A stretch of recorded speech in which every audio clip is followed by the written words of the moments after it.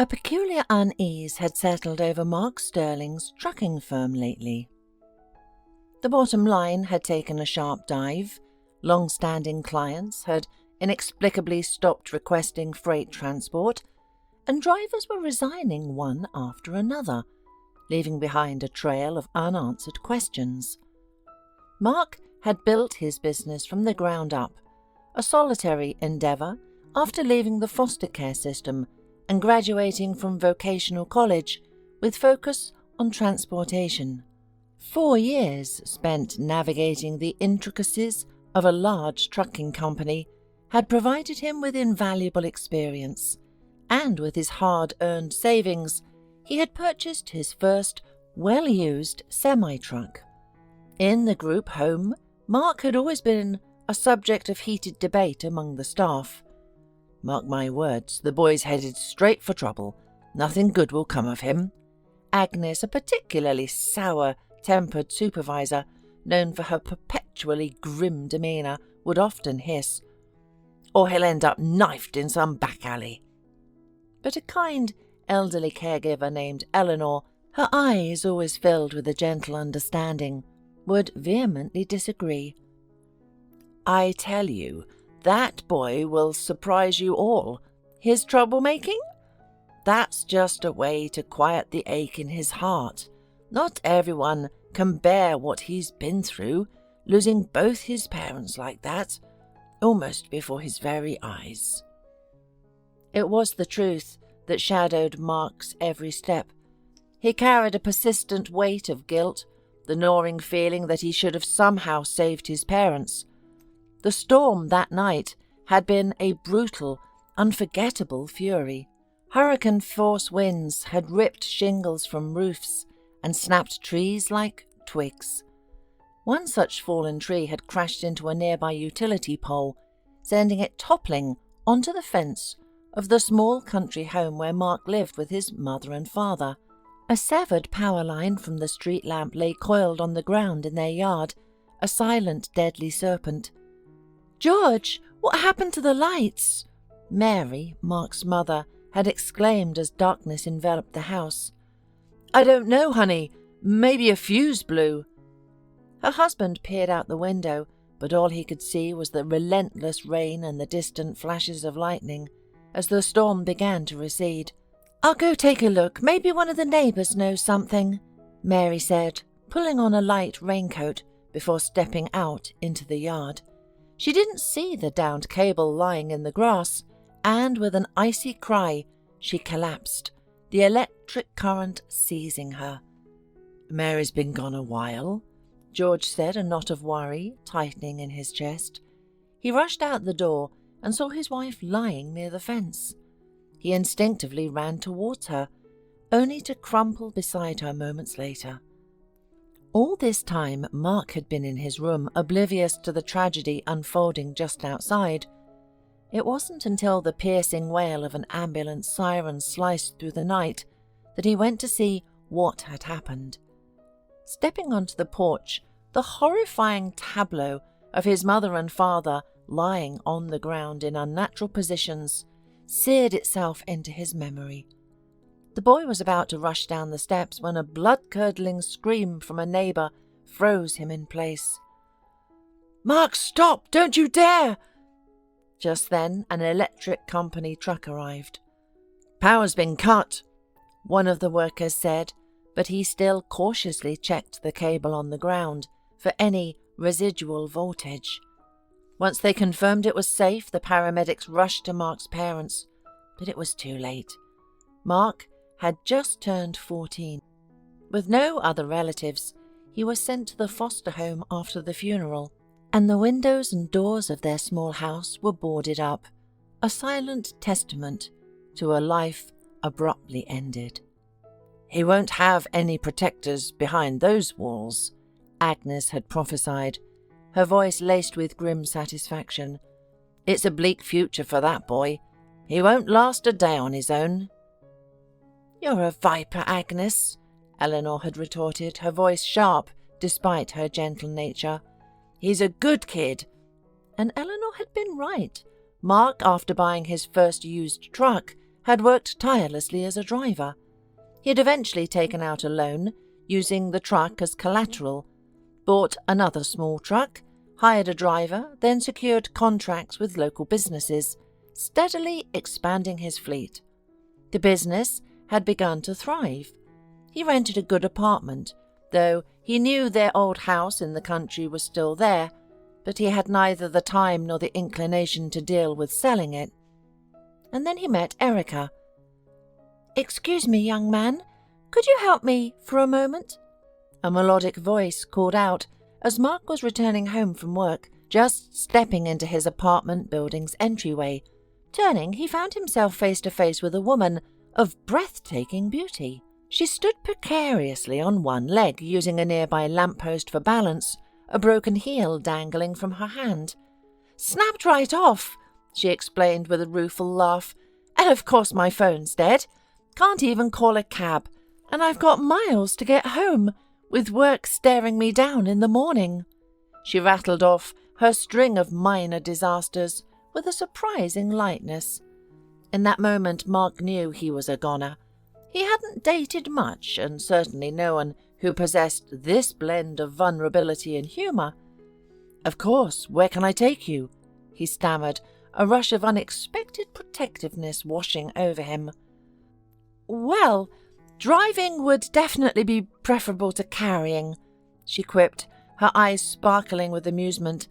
"Unless you're looking for a serious workout." From that very evening, Mark couldn't imagine his life without Erica. She worked as an accountant for a small local business.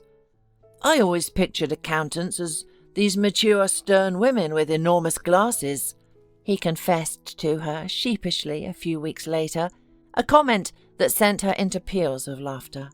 Several months later he proposed, and Erica readily accepted. Mark moved into her place, and soon he persuaded Erica to join his company, where she took over all the financial management. For 3 years, everything flowed smoothly. The business expanded, and Erica became increasingly involved in the firm's operations, her sharp mind proving invaluable. They were on the verge of buying a condo together when things started to shift in the wider business landscape. Nicholas Blackwood was a prominent entrepreneur whose transportation company operated not only regionally and nationally, but also internationally. He had inherited the business from his father, a man who had once harboured ambitions of uniting empires by marrying Nick to the daughter of his own business partner. Nick was handsome, intelligent, well-read, and possessed a keen business acumen, never lacking in female attention. So he had bristled when his father had practically ordered him to court the prospective bride. Brenda, Nick's intended, was 10 years his junior, a quiet and unassuming young woman who couldn't compete with the vibrant and assertive beauties who usually populated Nick's social circle. "Why should I marry this mousy girl?" he had protested, leading to a heated argument. "Because otherwise you'll be tightening bolts in a garage instead of running a company," his father had retorted, effectively ending the discussion. "Brenda is a good girl, unspoiled, unlike those floozies you drag around from clubs. You don't think I'd jeopardize our family's future for some silicon-enhanced gold digger, do you? There's a gala coming up for the company anniversary. My partner and his daughter will be there. You charm Brenda, just like you know how." Nick had reluctantly agreed. Charming Brenda hadn't been particularly difficult. He had showered her with attention all evening, and it could be said, had her completely smitten by the end of the night. They were married within a month. It was then that Nick's true colours began to show. He forbade Brenda from seeing her friends, controlled her visits with his parents, and demanded a detailed accounting of every expense. "You don't think you can just throw money around, do you?" he would sneer, his brow furrowed as he scrutinized her receipts. Nick was emotionally distant, offering only rare moments of clumsy affection when he had had too much to drink. Brenda, however, never complained to her parents, wanting to maintain the facade of a happy marriage. Everyone assumed she was living a life of luxury, wanting for nothing. In public, they were the picture of a perfect couple. As for Nick's fidelity, it didn't last long. His new interest was beautiful, intelligent, and self-assured. They were introduced by a mutual client at the unveiling of Nick's new warehouse complex. Erica, in her capacity as the CFO of Mark Sterling's company, was there to explore potential collaborations. Starting with a business discussion about rates and routes, Nick and Erica quickly found common ground over coffee during a break. "Didn't realize such a gem was hidden away in such a modest little firm," Nick had remarked, offering a dubious compliment. "Well, we're clearly doing something right," Erica had retorted with a sly smile, openly appraising her handsome interlocutor. "After all, our client is also yours, and they don't partner with just anyone." "Touché," Nick had laughed, appreciating her quick wit. "Perhaps we could repeat this coffee sometime?" "Oh, I have a proposal I can't refuse," Erica had purred, a knowing glint in her eyes. She understood that this man was like a cat that walks on its own and knows what it wants, and truthfully, a great part of her didn't mind his attention. Her affection for Mark had always been comfortable, a quiet acceptance of his devotion, but Nick ignited a fire in her veins, a heady rush that clouded her judgment and quickened her pulse. It wasn't long before their restaurant rendezvous transitioned to hushed hotel rooms, stolen moments charged with the dangerous electricity of mutual passion.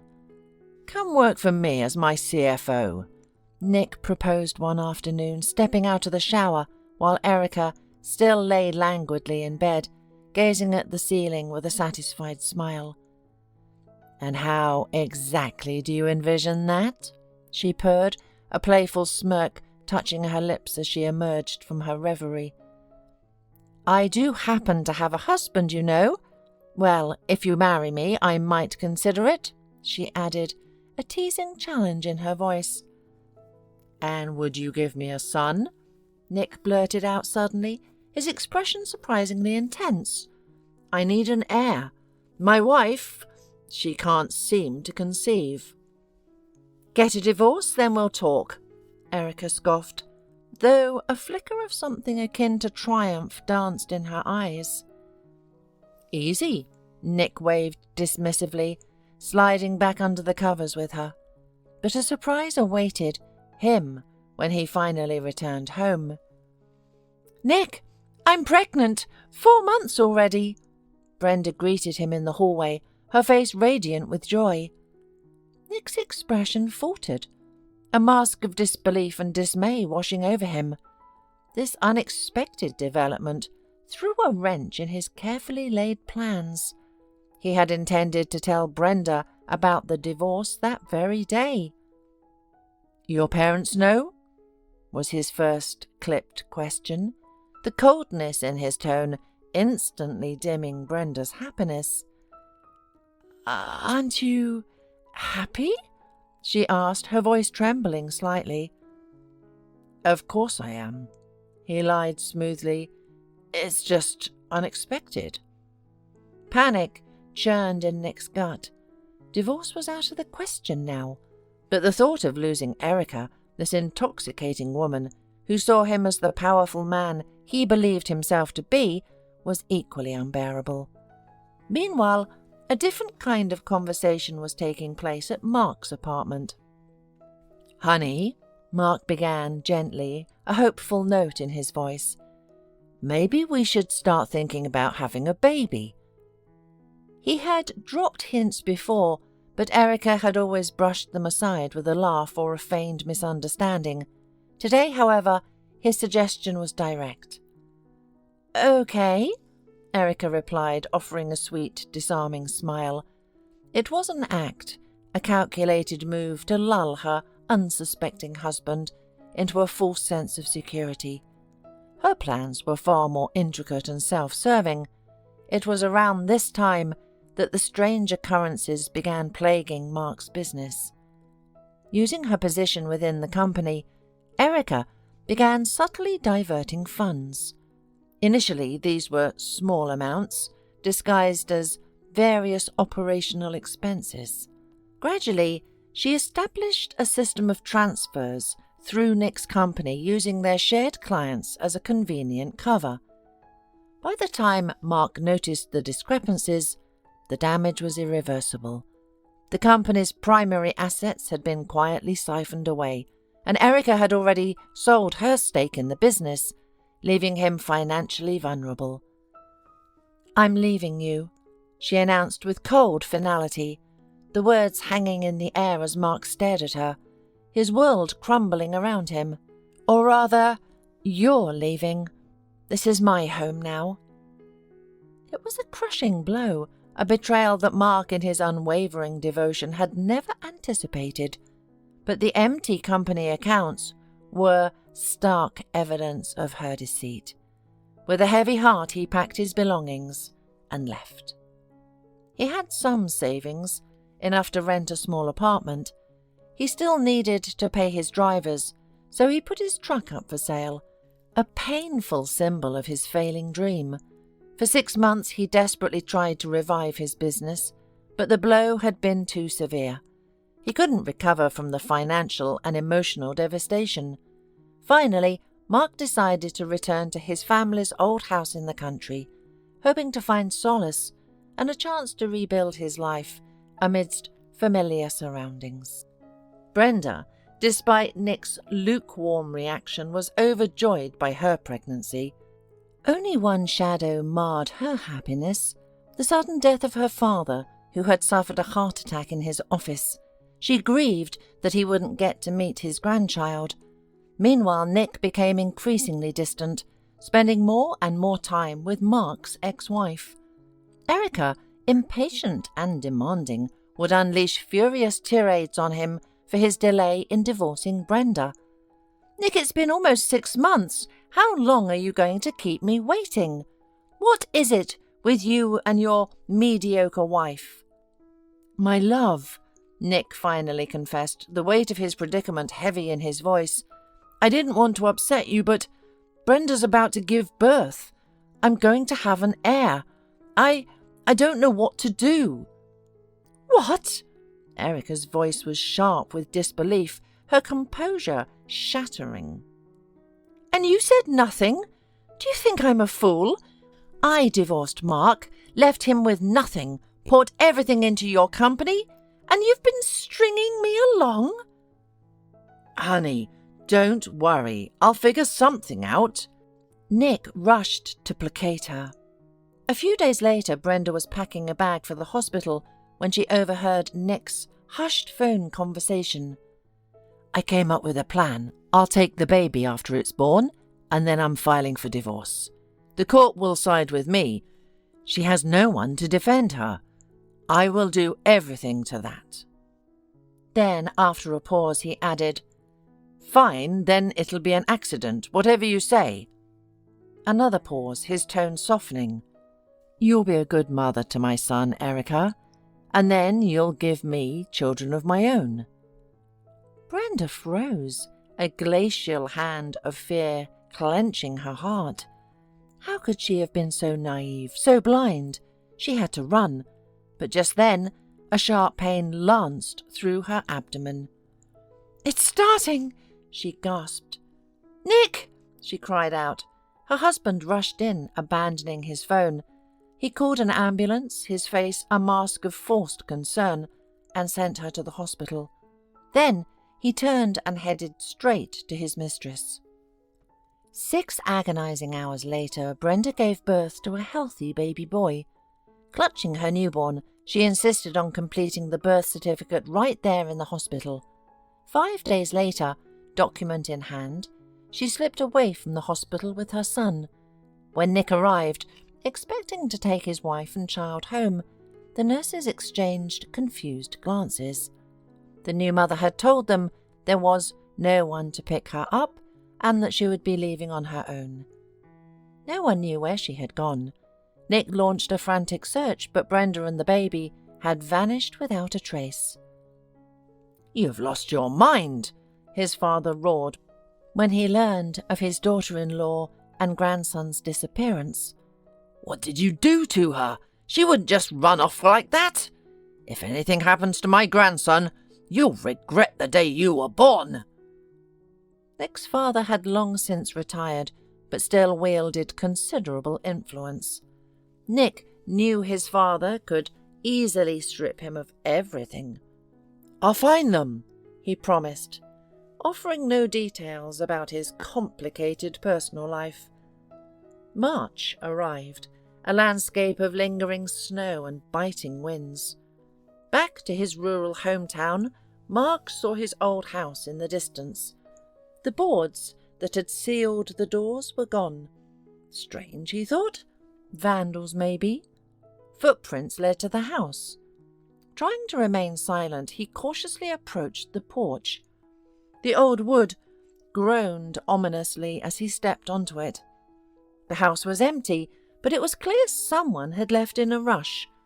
Papers lay scattered on the dusty table, and a pile of tiny baby clothes was spread across the old bed.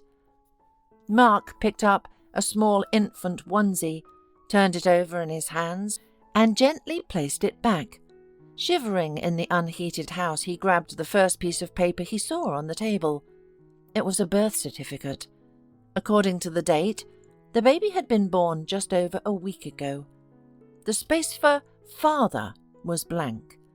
Mark's gaze swept across the room, a growing sense of bewilderment settling over him. Noticing a partially open back door, he hurried outside. Fresh footprints in the snow led directly to the old shed. The shed door was closed from the inside. It didn't take much effort for Mark. A firm tug on the handle and the latch gave way. In the far corner, huddled against the cold, he saw a young woman clutching a small bundle in her arms. Mark knew instantly this was the baby. "Are you out of your mind?"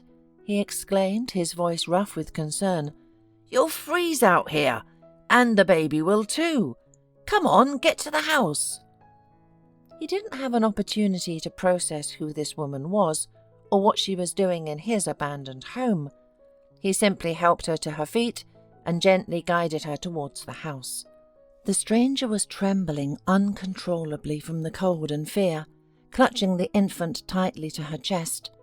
Inside, Mark led them to the bed and immediately set about lighting the old wood-burning stove.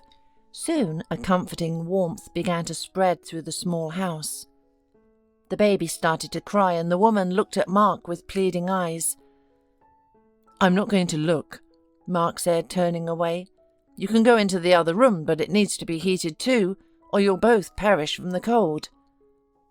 Maybe we could stay here if you don't mind," the woman finally spoke, her voice barely a whisper. She was nursing the baby, and Mark could hear the tiny, desperate gulps. Once fed, the infant settled into a peaceful sleep, nestled in the warmth. The woman carefully laid the baby on the bed, covering him with her thin shawl. Do you live here?" she asked Mark, her eyes searching his face. Mark nodded slowly, then, after a moment of consideration, spoke. "I used to live here, and now planning to stay. What brings you here?" Brenda's eyes, wide with lingering fear, darted around the room before fixing on Mark. Were you sent by my husband?" Mark held up his hands, a gesture of peace. "Mum, I have no idea who your husband is." Then the dam of Brenda's composure broke. She recounted the overheard phone conversation, her voice trembling. "I suspected he was seeing someone, but to plan an accident and to take my son." Tears finally spilled over, tracing wet paths down her pale cheeks. "Hey, now, take it easy," Mark said gently, a surprising tenderness in his voice. "You shouldn't get worked up like this. Heard it's not good for the milk. He offered a clumsy attempt at understanding motherhood. What's your name? He then glanced down at the birth certificate on the table. Brenda. Okay, Brenda, he continued softly. Let's try to dry those tears.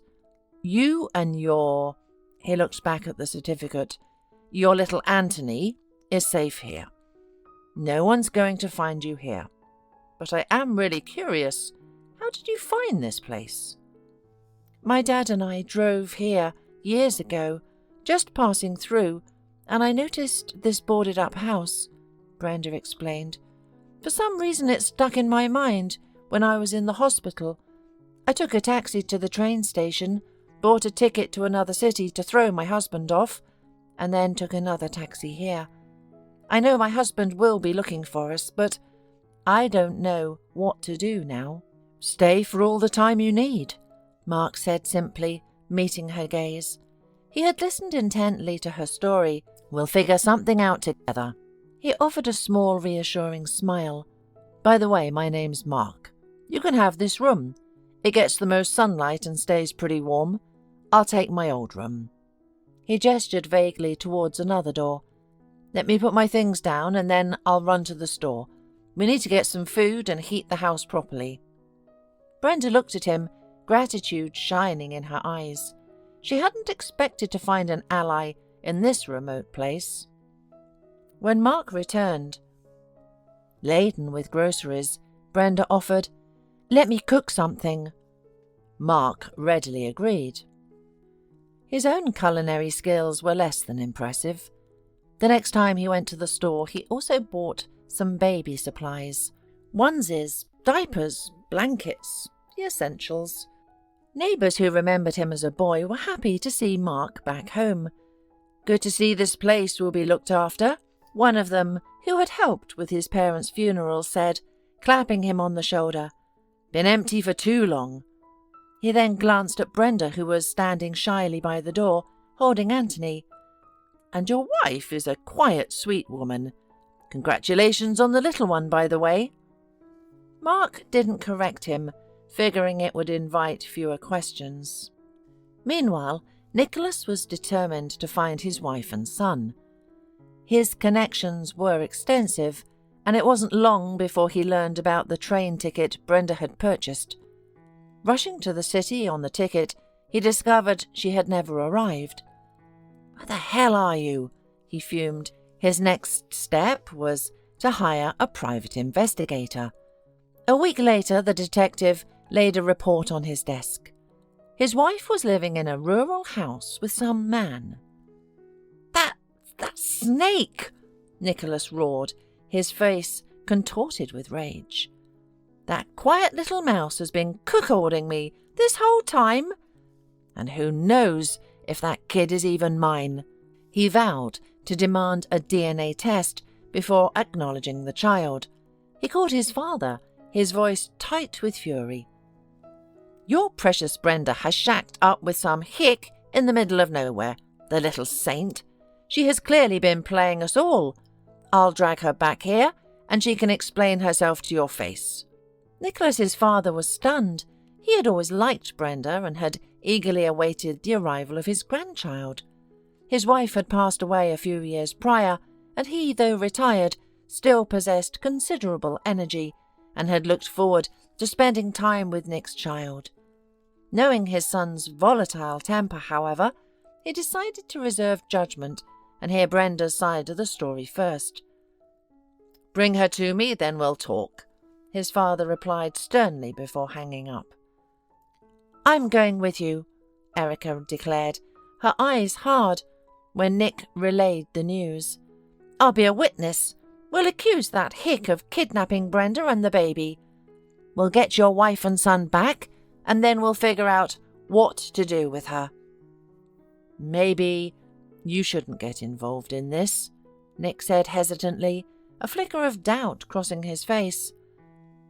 I'm already involved, Nick, up to my neck, she snapped, her gaze sharp.